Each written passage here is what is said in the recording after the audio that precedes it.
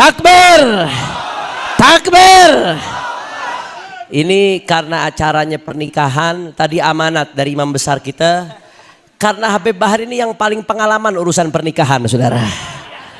Jadi nasihatnya nasihat pernikahan dari Habib Bahar. Amanat dari imam besar kita. Is'alil khabir, tanya orang yang paling pengalaman, kata beliau. Takbir, takbir. Assalamualaikum warahmatullahi wabarakatuh. Anda yang pelupa salam mana?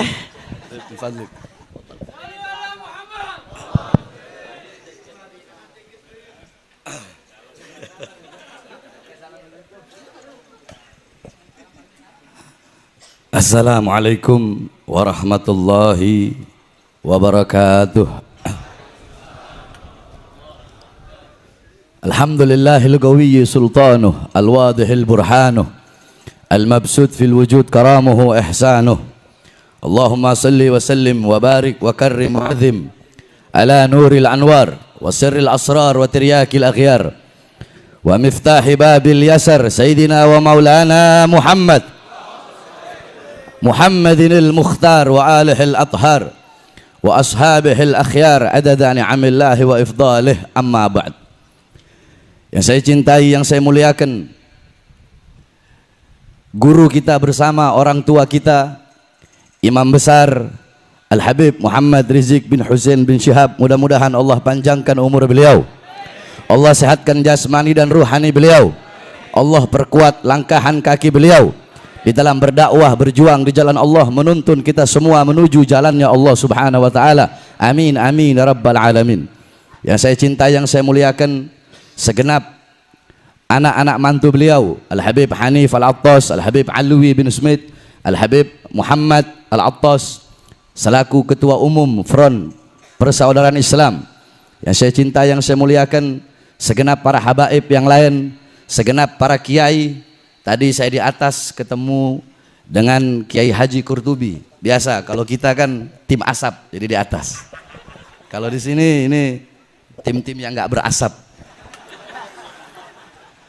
Kiai Qurtubi, Kiai Awid, beserta seluruh para kiai, para asatid, para alim ulama, segenap para tokoh masyarakat, segenap aparat pemerintah, seluruh pengurus Front Persaudaraan Islam beserta seluruh hadirin hadirat, bapak-bapak, ibu-ibu, khususnya para pemuda-pemudi umat baginda Nabi besar Muhammad yang selalu dimuliakan oleh Allah subhanahu wa ta'ala. Saudara-saudara sekalian yang dimuliakan oleh Allah, kita sering mendengar baiti jannati, rumahku sorgaku. Rumahku sorgaku bukanlah rumah yang mewah, bukanlah rumah yang di dalamnya terdapat perabotan-perabotan yang mahal, bukanlah suami yang ganteng, bukanlah istri yang cantik, bukanlah anak-anak yang pintar dalam urusan dunia.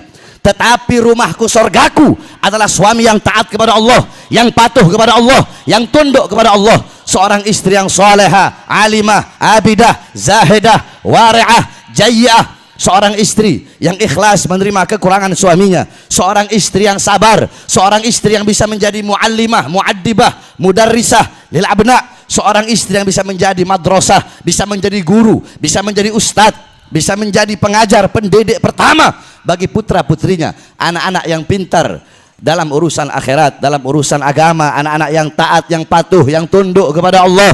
Rumah tangga yang dihidupkan dengan Al-Quran, rumah tangga yang dihidupkan dengan sunnah-sunnah baginda Nabi besar Muhammad, rumah tangga yang dihidupkan dengan ilmu Nabi, akhlaknya Nabi, adabnya Nabi, waraknya Nabi, khaufnya Nabi, khasyahnya Nabi, zuhudnya Nabi, ibadahnya Nabi, qanaahnya Nabi. Rumah tangga seperti ini adalah sorga. Walaupun rumahnya dari kardus, walaupun tinggalan di bawah jembatan, kalau suaminya taat kepada Allah, patuh kepada Allah, tunduk kepada Allah, istrinya taat kepada Allah, patuh kepada Allah, tunduk kepada Allah, anak-anaknya taat, patuh, tunduk kepada Allah, rumah tangganya hidup dengan Al-Quran, hidup dengan sunnah Nabi Muhammad, rumahnya akan menjadi sorga, saudara-saudara. Oleh karenanya, wasiat yang pertama bagi para istri-istri, istri-istri semuanya, khususnya bagi kaum perempuan, ketahuilah bahwasanya engkau sebagai wanita, engkau sebagai seorang ibu, engkau sebagai seorang ibu adalah madrasatul ula, engkau adalah pendidik pertama, engkau adalah pengajar pertama,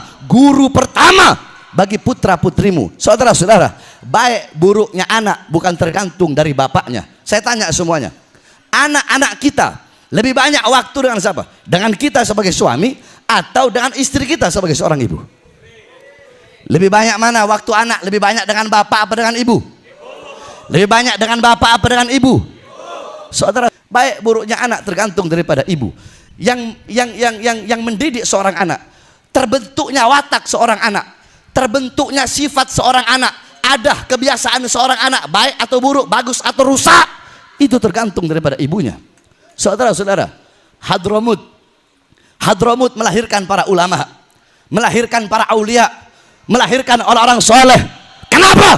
Itu tidak terlepas dari kepribadian wanita-wanita yang ada di Hadramut. Perempuan yang ada di Hadramut seumur hidup keluar rumah cuma 3 kali, saudara-saudara. Pertama, ketika mereka bermain bersama bapaknya, mereka keluar rumah masih kecil. Kedua, ketika mereka menikah dari rumah orang tuanya menuju rumah suaminya. Ketiga, ketika mereka mati dari rumahnya menuju kuburnya, saudara-saudara. Makanya tidak heran Hadramut melahirkan para ulama, para fuqaha. Di Hadramut, anak-anak umur 7 tahun, mereka telah hatam berkali-kali kitab Minhajut Talibin Al-Imam An-Nawawi. Al-Imam, contoh Al-Imam Al-Habib Abdullah bin Alwi Al-Haddad, umur 3 tahun, beliau terkena penyakit cacar yang menyebabkan kedua mata beliau buta. Tetapi di umur 6 tahun, beliau hafal Al-Quran. Di umur 9 tahun, beliau hafal Kutubus Sittah, Bukhari, Muslim, Sunan Abi Daud, Tirmidzi, Ibnu Majah, An-Nasai. Di umur 10 tahun, beliau hafal Kutubul Ghazali, Ihya Ulumuddin, Minhajul Abidin, Miyarul Ilim, Bidayatul Hidayah, dan lain-lainnya. Al-Imam Al-Habib Ali bin Muhammad Al-Habsyi, beliau umur 10 tahun mendapatkan magam yang sangat tinggi. Magam kewalian yang sangat tinggi beliau dapatkan di umur 10 tahun. Apa itu? Ra'an Nabi SAW yaqdatan. Beliau melihat Nabi Muhammad dalam keadaan sadar, melihat Nabi Muhammad dalam keadaan terjaga. Kenapa? Itu tidak terlepas dari pendidikan ibu beliau, yaitu Syarifah Alwiyah Al-Jufri. Sampai-sampai diceritakan di Hadramut ada seorang syekhah yang berbangsa Al-Amudi. Wanita tersebut pernah mensyarahkan kitab Minhaj Al-Imam An-Nawawi.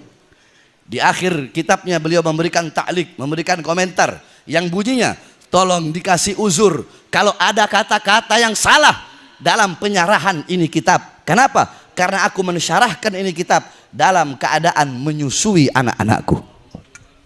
Perempuan Hadramut nyusuin anak sambil menyarahkan kitab Minhaj. Nggak heran di Hadramut anak umur 7 tahun, 8 tahun, 9 tahun telah hatam berkali-kali kitab Minhajut Talibin Al-Imam An-Nawawi. Banyak perempuan-perempuan sekarang, istri-istri kalian, saudara-saudara, mereka tahu di mana letak lemarinya, di mana letak alat riasnya, alat make upnya, di mana letak dapurnya, di mana letak kompornya. Istri-istri kalian tahu, tapi istri kalian tidak tahu di mana letak anak-anak perempuannya ketika malam. Saya tanya, istri kalian di rumah apabila ada emas, intan, permata, berlian, uang, apakah ditaruh di luar rumah atau ditaruh dalam lemari dikunci rapat-rapat? Jawab. Ditaruh di lemari. Kenapa nggak taruh di luar? Takut hilang, takut diambil orang, takut dirampas orang, takut dirampok orang. Emas, intan, permata, berlian kalian kunci rapat-rapat dalam lemari. Tapi kenapa putri-putri kalian, anak-anak perempuan kalian umbar seperti binatang, saudara-saudara? Apakah emas, intan, permata, berlian lebih berharga daripada anak-anak perempuan kalian? Kalian para suami, kalian sebagai bapak, pagi, siang, sore, malam, kalian sibuk cari uang, sibuk cari nafkah. Untuk apa? Untuk memberi makan jasmani anak-anak kalian. Saudara-saudara, ketahuilah, jikalau kewajiban kalian sebagai bapak cuma ngasih makan jasmani anak, apa bedanya kalian dengan binatang? Kalau kewajiban kalian cuma cari uang, ngasih makan istri kalian, ngasih makan anak kalian, nggak ada beda dengan binatang. Kalian belum bangun, binatang sudah bangun duluan untuk mencari ikan makan untuk anak dan istrinya. Ada yang lebih wajib bagi kalian, ada yang harus kalian utamakan, ada yang harus kalian dahulukan, ada yang harus kalian pentingkan. Apa? Memberi makan jiwa, hati, dan roh anak-anak kalian. Apa makanan jiwa, saudara-saudara? Apa makanan hati? Apa makanan roh? Makanan jiwa, makanan hati, makanan ruh adalah ilmu. Hati 3 hari gak kena ilmu, hati menjadi mati. Maka tanyakan kepada kalian sebagai bapak, sebagai suami, telah berapa lama kalian menjadi sebab hati anak-anak kalian mati, hati istri-istri kalian mati, sehingga anak-anak kalian menjadi anak-anak yang durhaka dan istri kalian menjadi istri yang durhaka. Jadi ingat, Wasiat saya, nasihat saya, baik buruknya anak tergantung daripada ibunya, baik buruknya istri tergantung daripada kita sebagai suami, saudara-saudara. Jadi anak bagaikan penumpang, ibu atau istri kita bagaikan perahu. Kita adalah nahkoda daripada perahu tersebut. Apabila perahunya bolong, apabila perahunya rusak, maka tenggelamlah penumpang yang ada dalam perahu tersebut. Rusak atau tidaknya perahu tergantung kita sebagai nahkoda. Bukankah dalam Al-Quran Allah berfirman, ku anfusakum wa ahlikum naro. Jagalah diri kalian, jagalah anak istri kalian, jagalah orang-orang yang nafkahnya dibebankan kepada kalian, jagalah mereka dari api nerakanya Allah. Bagaimana cara menjaga mereka dari api nerakanya Allah? Alimuhum wa adibuhumuddin. Ajarkan mereka, didik mereka dengan pendidikan agama. Seperti hanya itulah cara untuk menyelamatkan anak istri kalian, keluarga kalian, rumah tangga kalian dari api nerakanya Allah Subhanahu wa taala. Wasiat bagi para istri-istri semuanya, saudara-saudara, zaman sekarang saya Bahar bin Smith kalau mau cari istri cantik sehari 20 bisa saya dapatkan. Mau cari apa? Istri kaya bisa saya dapatkan. Istri yang punya pangkat, punya jabatan bisa saya dapatkan. Saya tidak menafikan hidup saya dikelilingi sama perempuan. Makanya Habib Hanif bilang, Habib Bahar ceramah harus ceramah pernikahan, jangan keluar dari pernikahan. Ya akhir saya ceramah bahas masalah pernikahan. Karena memang dari semua yang ada di sini saya yang paling banyak nikahnya. Walaupun banyak yang masih lebih tua dari saya di sini, tapi kalau usia nikah saya lebih tua dari semua yang ada di sini, saudara-saudara. Bahkan dari imam, oh saya lebih kalau masalah pernikahan. Nah, saudara-saudara, zaman sekarang kita mau cari perempuan cantik banyak, perempuan kaya raya banyak. Yang susah perempuan yang ikhlas. Nah, ini kayaknya soundnya di istri saya colok-colok sound dicabut kayaknya.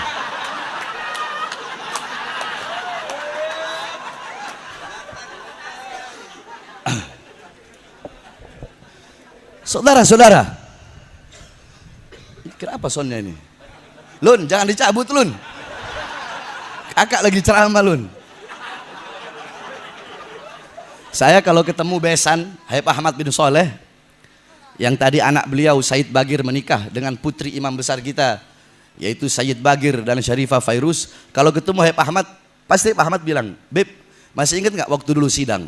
Kenapa Beb? Anak udah lupa. Dulu yang waktu hakim pernah tanya. Jadi hakim waktu itu nanyanya ke Habib Muhsin bin Zaid. Mana Habib Muhsin? Oh udah pulang. Habib Muhsin mungkin ingat. Jadi hakim nanya ke Habib Muhsin, Beb, waktu itu Habib Muhsin menjelaskan tentang keutamaan mati syahid akan mendapatkan bidadari di sorga. Ini hakim usil, dia nanya, Beb, emang kalau bidadari di sorga ngumpul sama istri, emang istri gak cemburu sama bidadari? Habib Muhsin gak jawab. Kata Habib Muhsin, oh kalau masalah istri biar Habib Bahar yang jawab. Akhirnya saya jawab, oh yang mulia, di sorga itu kenikmatannya kekal abadi. Tidak ada perkara apapun yang memutuskan kenikmatan di sorga. Nah, cemburu itu bisa memutuskan kenikmatan. Jadi rasa cemburu tidak ada di sorga. Seperti saya istrinya 4 yang mulia. Jadi nanti di sorga istri saya itu nggak ada rasa saling cemburu. Oh begitu Bebe, iya. Begitu selesai sidang di skors, saya turun, istri saya Fadlun cemberut sama saya. Oh begitu Kak, enggak Lun, tadi kakak salah ngomong, salah ucap.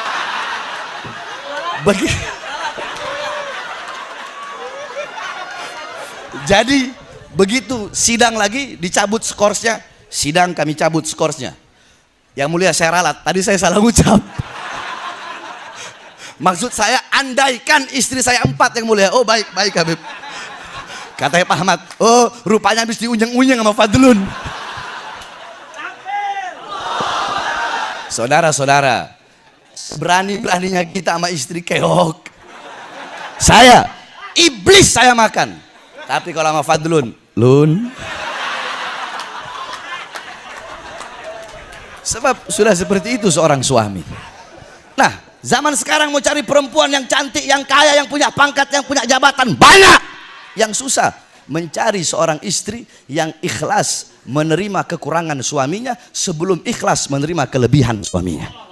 Ini istri kita zaman sekarang ikhlas terima kelebihan doang. Ente orang datang bawa uang disayang, coba ente datang nggak bawa apa-apa, habis dimarahin sama istri. Jadi kita susah zaman sekarang mau cari istri yang ikhlas, yang sabar dalam urusan rumah tangga. Maka kenalkan kepada istri-istri kalian wanita-wanita baginda Nabi besar Muhammad SAW. Jadikan wanita-wanita Nabi sebagai teladan bagi istri kalian, sebagai pedoman bagi istri kalian. Lihat bagaimana Sayyidatuna Khadijatul Kubra, Sayyidatuna Aisyah Ridha, bagaimana Sayyidatuna Asma binti Abi Bakar, istri daripada Zubair bin Awam, bagaimana Sayyidatuna Fatimah Zahra, bagaimana Sayyidatuna Mutiyah. Sayyidatuna Mutiyah dalam riwayat Rasulullah pernah berkata kepada Sayyidatuna Fatimah, wahai putriku Fatimah, apakah engkau ingin tahu siapa kelak di akhirat, di sorga, wanita yang akan memegang tali kendaraanmu? Siapa wahai ayah? Namanya adalah Mutiyah.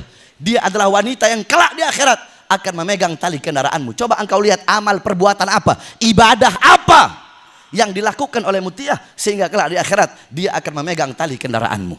Maka saudara-saudara, datang Sayyidatuna Fatimah bersama Sayyidina Hasan yang ketika itu masih kecil, diketuk pintu rumah. Assalamualaikum. Dari dalam dijawab, waalaikumsalam. Man? Ana Fatimah bintar Rasul. Aku adalah Fatimah putri Rasulullah. Oh ya wahai Fatimah, engkau bersama siapa? Aku bersama anakku Hasan. Oh mohon maaf wahai Fatimah, engkau tidak boleh masuk karena engkau bersama putra, engkau bersama laki-lakimu, engkau bersama putramu, engkau bersama seorang laki-laki. Datanglah kembali besok. Datanglah kembali besok, aku izin dulu kepada suamiku. Besok Sayyidatuna Fatimah datang, bawa Sayyidina Husain, bukan Sayyidina Hasan. Ketika dia bawa, Assalamualaikum, waalaikumsalam, wahai Fatimah, masuklah. Hasan sudah diberi izin oleh suamiku. Tapi sekarang aku datang bukan bawa Hasan, tapi bawa Husain. Oh mohon maaf, kalau Husain belum diberi izin, Hasan sudah diberi izin. Balik lagi engkau besok. Besoknya balik, saudara-saudara, baru dipersilahkan masuk. Ketika dipersilahkan masuk, Sayyidatuna Fatimah melihat Siti Mutiyah biasa-biasa saja. Ahli ibadah? Bukan. Ahli agama? Bukan. Ahli ilmu? Bukan. Ahli Quran? Bukan. Terus amal ibadah apa yang dilakukan oleh Sayyidatuna Mutiyah sehingga kelak di akhirat akan memegang tali kendaraan Sayyidatuna Fatimah? Tiba-tiba Sayyidatuna Fatimah melihat ada 3 buah benda. 3 buah benda tersebut ditaruh di tempat yang tinggi, tidak sama seperti benda-benda yang lain. Seakan-akan 3 buah benda itu diutamakan, dikeramatkan. Ketika dilihat ternyata 3 buah benda tersebut adalah lap, cambuk, kemudian gunting, saudara-saudara. Nah, Sayyidatuna Fatimah berkata, wahai Mutiyah, untuk apa 3 buah benda ini? Sayyidatuna Mutiyah berkata, yang pertama lap. Ketika suamiku pulang kerja, suamiku pulang mencari nafkah, seluruh keringatnya dari ujung rambut sampai ujung kaki, aku hapus, aku lap keringatnya dengan lap tersebut. Karena keringat itulah yang jatuh untuk memberikan aku nafkah. Terus untuk apa ini cambuk? Selesai suamiku pulang kerja, selesai aku lap keringatnya, aku telah masak. Aku sediakan makanan-makanan yang telah aku masak dimakan oleh suamiku. Ketika suamiku selesai makan, aku kasih cambuk tersebut. Seraya aku berkata, wahai suamiku, jikalau makanan ini tidak enak, aku rela, aku ridho engkau cambuk aku sebagai pelajaran besok aku masak masakan yang enak. Kira-kira istri kalian begitu? Hah? Istri kita?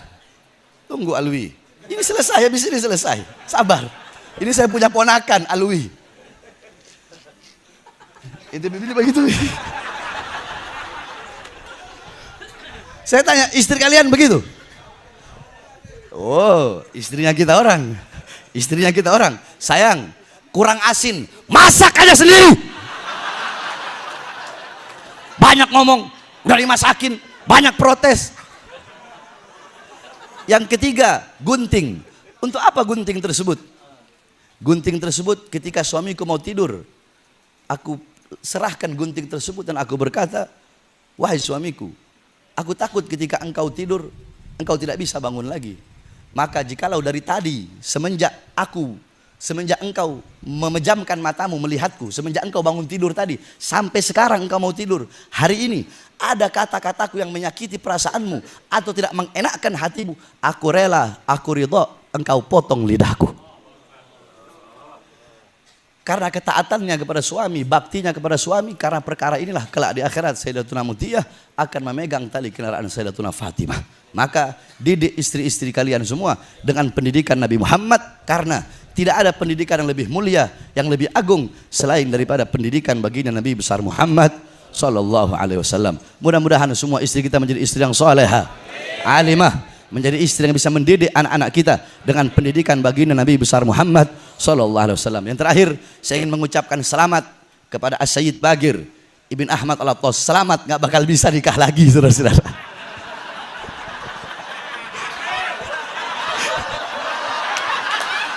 wal afu minkum. Wassalamualaikum warahmatullahi wabarakatuh. Allahu Akbar.